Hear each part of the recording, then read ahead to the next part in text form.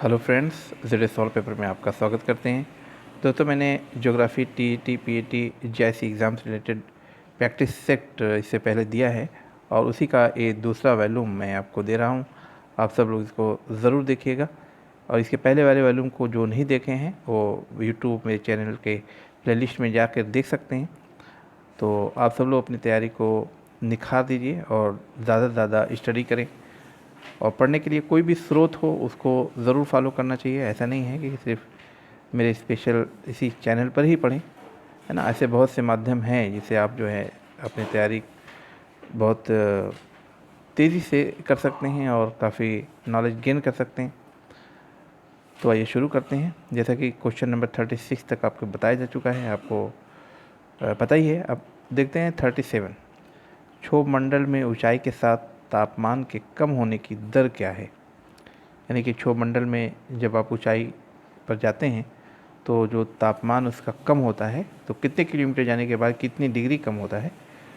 तो इसका सही आंसर होगा 6.5 डिग्री सेल्सियस पर किलोमीटर। यानी 1 किलोमीटर ऊंचाई जाने पर, ऊंचाई पर, हाइट पर आप जाएंगे तो जो टेम्परेचर है वो 6.5 डिग्री सेल्सियस कम होता जाता है।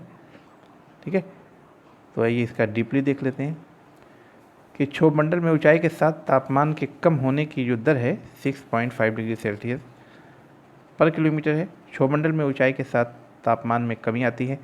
तापमान में यह गिरावट की दर 1 डिग्री सेल्सियस प्रति 165 मीटर या 3.6 फ़ारेनहाइट पर 1000 फीट की है। इसे सामान्य ह्रास दर कहा जाता है।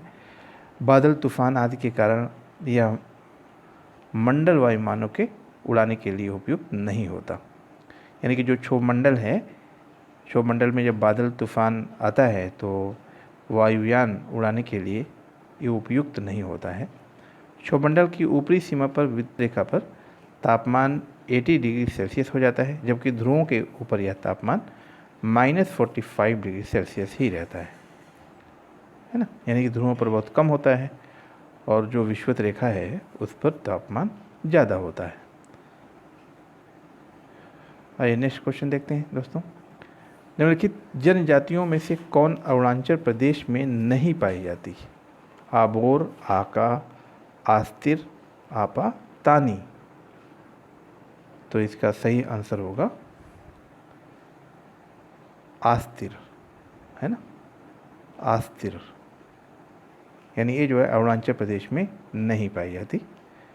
तो इसकी व्याख्या देख लेते हैं कि अरुणाचल प्रदेश की प्रमुख जनजातियां निम्नलिखित हैं। आपतानी, डाफला, मिश्मी, सिंगपो, अबोर, आका, मिरी।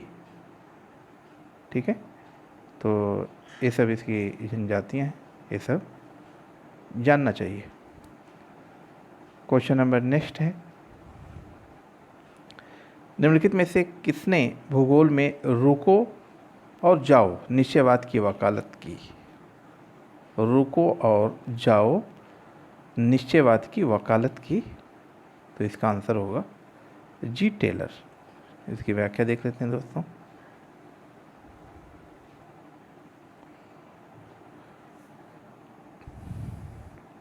टेलर ने नियतिवाद का समर्थन किया था, किंतु उन्हें मानव द्वारा वातावरण परिवर्तन को भी स्वीकार किया जाता है। यानी आप इसको ऐसे देखिए, टेलर ने नियतिवादी का समर्थन किया था, परंतु उन्होंने मानव द्वारा वातावरण परिवर्तन को भी स्वीकार किया था। इस विचारधारा को उन्होंने वैज्ञानिक निश्चयवाद कहा और इसे नव निश्चयवाद एवं रुको तथा जाओ नियतिवाद से भी जाना जाता है। और इन्होंने कहा था कि मानव ट्रैफिक पुलिस की तरह कार्य करता है ना। जो टेलर ने कहा कि मानव ट्रैफिक पुलिस की तरह कार्य करता है। क्वेश्चन नंबर नेक्स्ट है, निम्नलिखित मरुस्थलों में से किसमें अहागर एवं तिबेस्ती पर्वत उपस्थित है। तो अहागर और तिबेस्ती पर्वत अवस्थित है अटाकामा, सहारा, कालाहारी, पेटागोनिया। तो इसमें सही आंसर होगा सहारा, है ना। तो यहाँ इसकी व्याख्या देख लेते हैं दोस्तों कि अहागर एवं तिबेस्ती पर्वत सहारा मरुस्थल में अवस्थित है। तिबेस्ती पर्वत चाड के मरुस्थलीय क्षेत्र में अवस्थित है, जिसकी सबसे ऊंची चोटी एमी कौसी है। यह सहारा मरुस्थलीय क्षेत्र की सर्वोच्च चोटी है। क्वेश्चन नंबर नेक्स्ट है, भारत की लौह अयस्क संचित निधि निम्नलिखित में से किस चट्टान समूह से संबंधित है? तो इसका सही आंसर होगा धारवाड़ से, है ना। इसकी व्याख्या यहाँ देख लेते हैं कि धारवाड़ चट्टानें आर्कियन क्रम के प्राथमिक चट्टानों के अपर्दन एवं निक्षेपण से निर्मित चट्टानें हैं जो जीवाश्म रहित हैं। इनका विकास मुख्य रूप से कर्नाटक के धारवाड़, बेल्लारी एवं शिमोगा जिलों में पाया जाता है। देश की लगभग सभी प्रमुख धातुएं जैसे सोना, मैग्नीज, लोहा, तांबा, क्रोमियम इत्यादि इन्हीं चट्टानों में मिलते हैं। क्वेश्चन नंबर नेक्स्ट, निम्नलिखित में से किसे व्हिटलेसी द्वारा संसार की कृषि प्रदेशों में विभाजित करने के लिए एक आधार के रूप में लिया गया? तो दोस्तों इसका आंसर होगा फसल एवं पशुधन साहचर्य।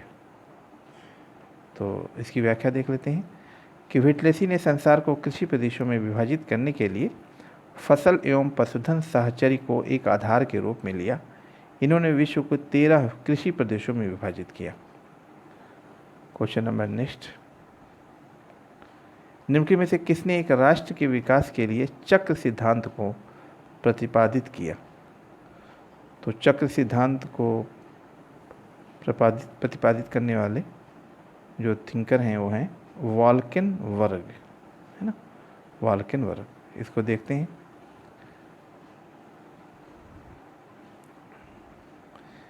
एक राष्ट्र के विकास के लिए चक्र सिद्धांत का प्रतिपादन वाल्केनबर्ग ने किया और रिश्तहोफेन ये जो हैं चीन के विस्तृत अध्ययन के लिए इन्होंने चीन भूगोल नामक पुस्तक की रचना की। ये प्रथम जर्मन से विद्वान थे जिन्होंने सामान्य और प्रादेशिक भूगोल के अंतर को स्पष्ट किया और प्रादेशिक भूगोल को वितरण विज्ञान नाम दिया, है ना। तो इस तरीके से क्वेश्चन नंबर नेक्स्ट देख लेते हैं। निम्नलिखित में से कौन भारत में अपने स्थानिक प्रतिरूप में उच्चतम प्रादेशिक भिन्नताएं दर्शाता है? तो इसका आंसर होगा प्रति व्यक्ति सकल घरेलू उत्पाद, है ना। Question number next,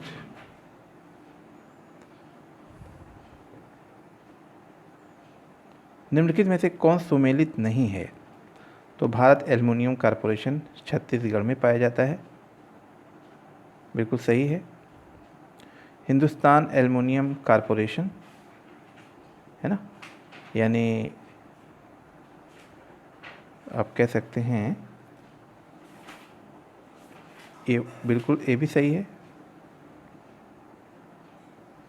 Uttar Pradesh में पाया जाता है। तीसरा है नेशनल एल्युमिनियम कॉरपोरेशन, ये बिल्कुल गलत है। और एल्युमिनियम कॉरपोरेशन ऑफ इंडिया ये पश्चिम बंगाल में पाया जाता है, तो बिल्कुल सही है। तो इस तरीके से इसमें से जो सी है वो मैच नहीं है और बाकी सब मैच है। यहाँ पर इसकी व्याख्या दिया हुआ है कि बालको कोरबा छत्तीसगढ़ में, नालको दामनजोड़ी उड़ीसा में, हिंडाल्को रेणुकूट उत्तर प्रदेश में, इंडाल्को जेके नगर पश्चिम बंगाल में और मालको चेन्नई में। क्वेश्चन नंबर नेक्स्ट देखते हैं। इतिहास का अध्ययन भूगोल के परिप्रेक्ष्य में एवं भूगोल का अध्ययन इतिहास के संदर्भ में करना चाहिए, ये किसने कहा, है ना। तो इसको हेरोडोटस ने कहा था, हेरोडोटस ने कहा था, यानी इसका ऑप्शन डी सही है, हेरोडोटस। यानी इतिहास का अध्ययन भूगोल के परिप्रेक्ष्य में एवं भूगोल का अध्ययन इतिहास के संदर्भ में करना चाहिए, ये कथन हेरोडोटस का है। हेरोडोटस ने विश्व भूखंड को 3 महाद्वीपों यूरोप, एशिया और लीबिया में विभाजित किया और वह प्रथम भूगोलवेत्ता था जिसने कैस्पियन सागर को आंतरिक सागर माना। ठीक है, क्वेश्चन नंबर नेक्स्ट देख लेते हैं। निम्नलिखित में से किसने वर्षण से संबंधित हिम क्रिस्टल सिद्धांत को प्रतिपादित किया? तो इसका आंसर होगा डी, वर्गरान, है ना, वर्गरान है। ये देख लेते हैं दोस्तों कि हिम क्रिस्टल सिद्धांत का प्रतिपादन वर्गरान ने किया, A.G. बीवेन ने संलयन सिद्धांत प्रतिपादित किया, और वर्षण के प्रकार जैसे समनीय वर्षा, पर्वतीय वर्षा, चक्रवाती वर्षा, ये सब आप लोग जानते हैं। क्वेश्चन नंबर नेक्स्ट देखते हैं। अपरदन प्रक्रिया में विलयन द्वारा पदार्थ का अपनयन कहा जाता है? तो इसका आंसर होगा संक्षारण।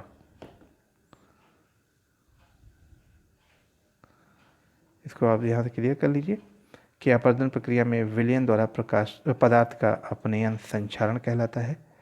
और अपघर्षण जो होता है जब अपरदनात्मक यंत्र यानी रेत के कण की सहायता से पवन मार्ग में पड़ने वाली चट्टानों को रगड़कर, घिसकर तथा चिकना करके अपरदित करती है तो उसे अपघर्षण कहते हैं। अब क्वेश्चन नंबर नेक्स्ट देख लेते हैं।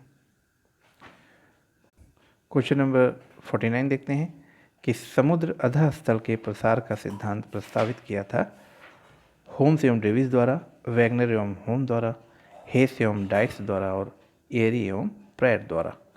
तो इसका सही आंसर होगा कि हेस एवं डाइट्स द्वारा, यानी सी सही है।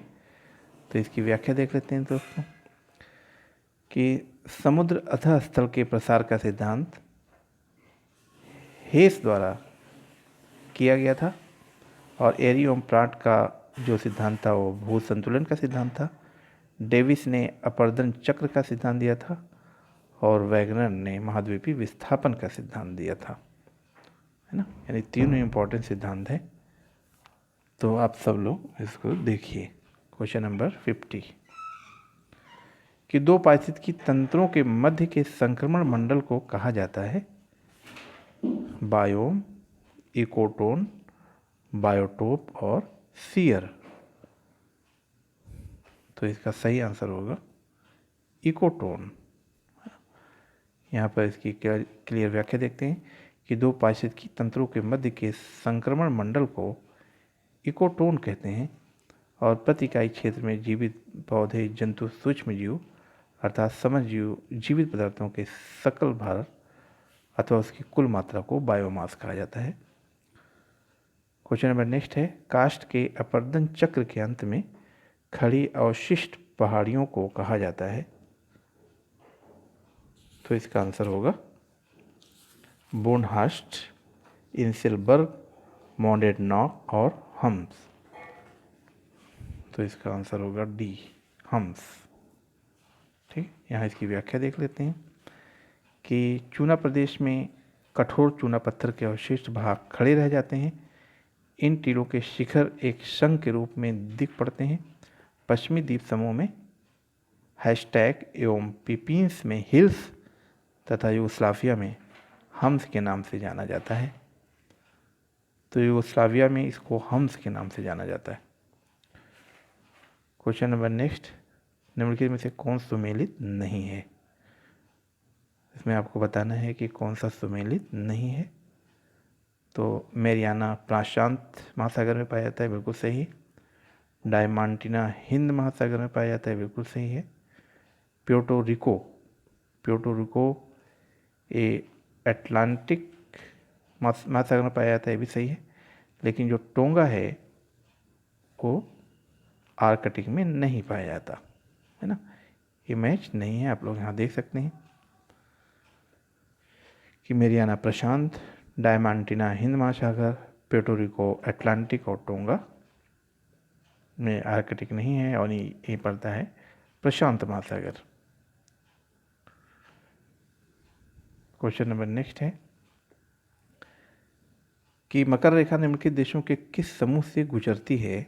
नीचे दिए गए कोड से सही उत्तर चुनना है आपको कि ऑस्ट्रेलिया, नामीबिया, ब्राज़ील, चिली। तो इसका सही आंसर होगा कि इन सभी से होकर के गुजरती है, यानी ऑस्ट्रेलिया से, नामीबिया से, ब्राज़ील, चिली, ये सभी से गुजरती है। निम्न देशों से होकर मकर रेखा गुजरती है, जैसे Chile, Argentina, Paraguay, Brazil, Namibia, Botswana, दक्षिण अफ्रीका और ऑस्ट्रेलिया। क्वेश्चन नंबर नेक्स्ट, सूची 1 को सूची 2 से आपको मिलाना है।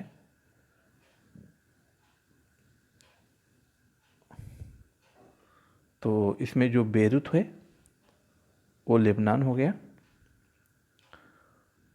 और जो मोंटेवीडियो है तो मोंटेवीडियो का होगा उरुग्वे,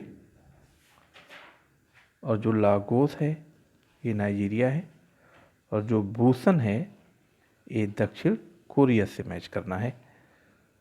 तो इसलिए इसका जो ऑप्शन होगा वो डी होगा। यहाँ पर आप देख सकते हैं जो बंदरगाह और देश से मैच करना है कि Beirut Lebanon, Montevideo Uruguay, Lagos Nigeria, Busan दक्षिण कोरिया। तो ये ओल्ड डेटा है कि मानव विकास प्रतिवेदन 2014 के अनुसार संसार की कुल जनसंख्या में ग्रामीण जनसंख्या का प्रतिशत है बी। ये पुराना ओल्ड डेटा है, करंट आप पढ़ लीजिएगा। क्वेश्चन नंबर नेक्स्ट, नीचे दिए गए कोड के अधोलिखित देशों के उत्तर से दक्षिण के अवस्थित क्रम का सही उत्तर आपको बताना है। Paraguay, Tanzania, New Zealand, Japan. तो इसका होगा 4 3 2 1, है ना। यानी कि उत्तर से दक्षिण अवस्थित में देशों का क्रम सही मिलाना है। तो पहले जापान, फिर तंजानिया, फिर पराग्वे, फिर न्यूजीलैंड। क्वेश्चन नंबर नेक्स्ट, अधोलिखित में से कौन सुमेलित नहीं है? तो इसमें सही है बिल्कुल डी। नहीं, नाथुला मेघालय में नहीं है बल्कि सिक्किम में है। यानी कि बॉमडिला अरुणाचल प्रदेश में, सिपकी हिमाचल प्रदेश, जोजिला जम्मू एवं कश्मीर में, और नाथुला सिक्किम में है ना। तो आप यहाँ से देख सकते हैं। क्वेश्चन नंबर नेक्स्ट है, सागर तालों यानी लैगूनों के लिए विख्यात कौन सा भारतीय नगर पूर्व का वेनिस के रूप में जाना जाता है? तो इसका सही आंसर होगा अलेप्पी, है ना, अलेप्पी। यानी कि सागरताई लैगूनों के लिए विख्यात अलेप्पी भारतीय नगर पूर्व का वेनिस के नाम से जाना जाता है।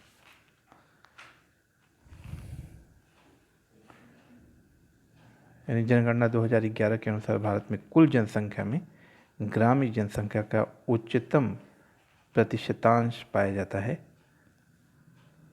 तो इसमें होगा हिमाचल प्रदेश में, है ना। यहाँ पर आप व्याख्या देख सकते हैं।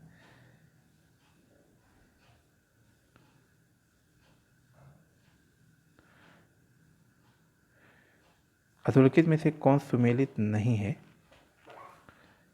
औद्योगिक प्रदेश और औद्योगिक केंद्र से आपको मैच करना है।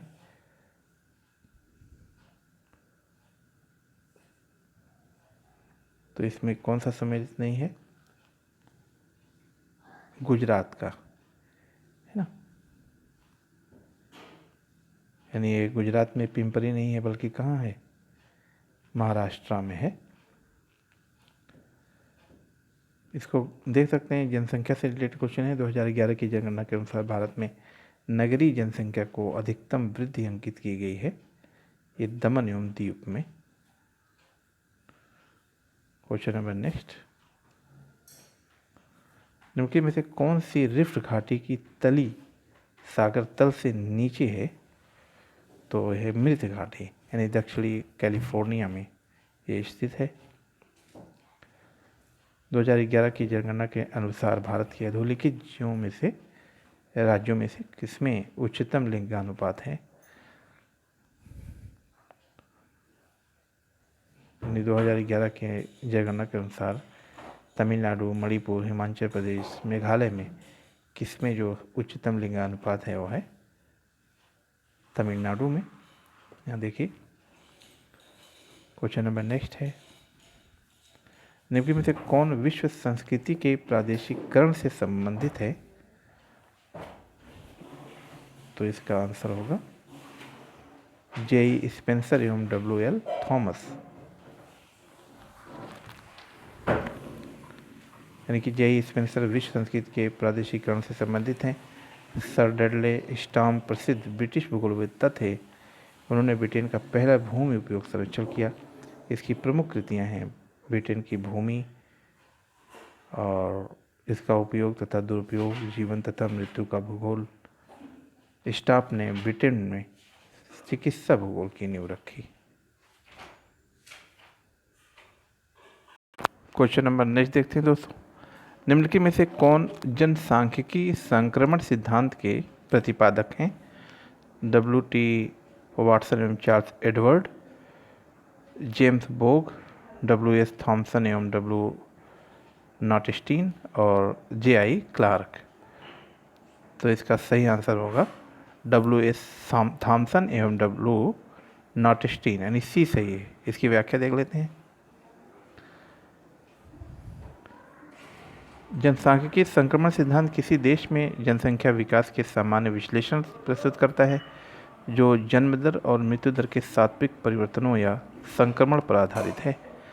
सांख्यिकी संक्रमण सिद्धांत का मूल प्रतिपादन नॉटस्टीन ने सन 1945 में किया था। उन्होंने पश्चिमी यूरोपीय देशों के अनुभवों का प्रयोग करके जनसंख्या में वास्तविक वृद्धि, प्रतिकूल एवं सामान्यीकरण जन्म दर और मृत्यु दर में होने वाले कालानुक्रमीय परिवर्तनों के आधार पर किया था। तो क्वेश्चन नंबर नेक्स्ट,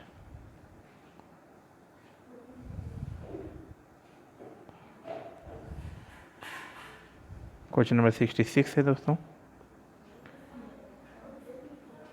निम्नलिखित में से कौन भारत का खनिज भंडार के नाम से जाना जाता है? तो छोटा नागपुर का पठार है ना, यानी भारत में खनिज भंडार के नाम से छोटा नागपुर पठार को जाना जाता है। खनिज से समृद्ध होने के कारण ही इसे भारत का एक क्षेत्र भी कहा जाता है।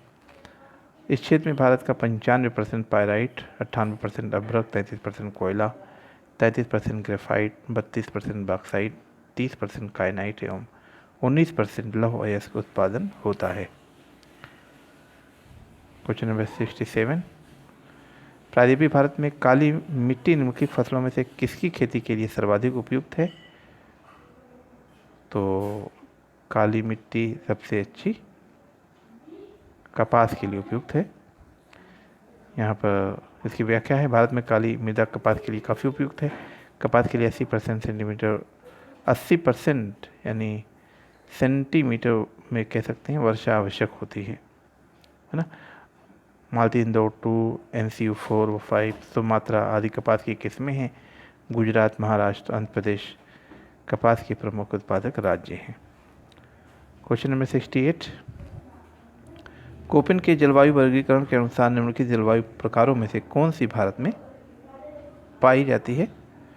तो इसका आंसर होगा AM प्रकार की जलवायु भारत में पाई जाती है, जिसे उष्णकटिबंधीय सवाना प्रकार की जलवायु कहते हैं। इस जलवायु प्रदेश के अंतर्गत कर्क वृत्त के दक्षिण में प्रायद्वीपीय पठार का अधिकांश भाग आता है। क्वेश्चन नंबर नेक्स्ट देखते हैं, वायुमंडल की अपेक्षित आर्द्रता को किस इकाई में व्यक्त किया जाता है? तो इसको प्रतिशतांश में व्यक्त किया जाता है। किसी विशेष तापमान पर वायु में विद्यमान जल वाष्प की मात्रा एवं उस वायु में जल वाष्प धारण की क्षमता के अनुपात को सीमित आर्द्रता कहा जाता है। इसे प्रतिशत के रूप में व्यक्त किया जाता है। इसका फार्मूला आप देख सकते हैं। क्वेश्चन नंबर नेक्स्ट,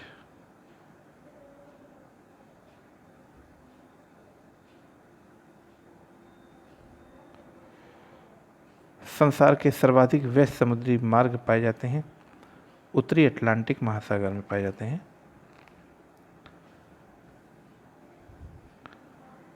भारत में निम्नलिखित में से कौन कोयला उत्पादन से संबंधित नहीं है?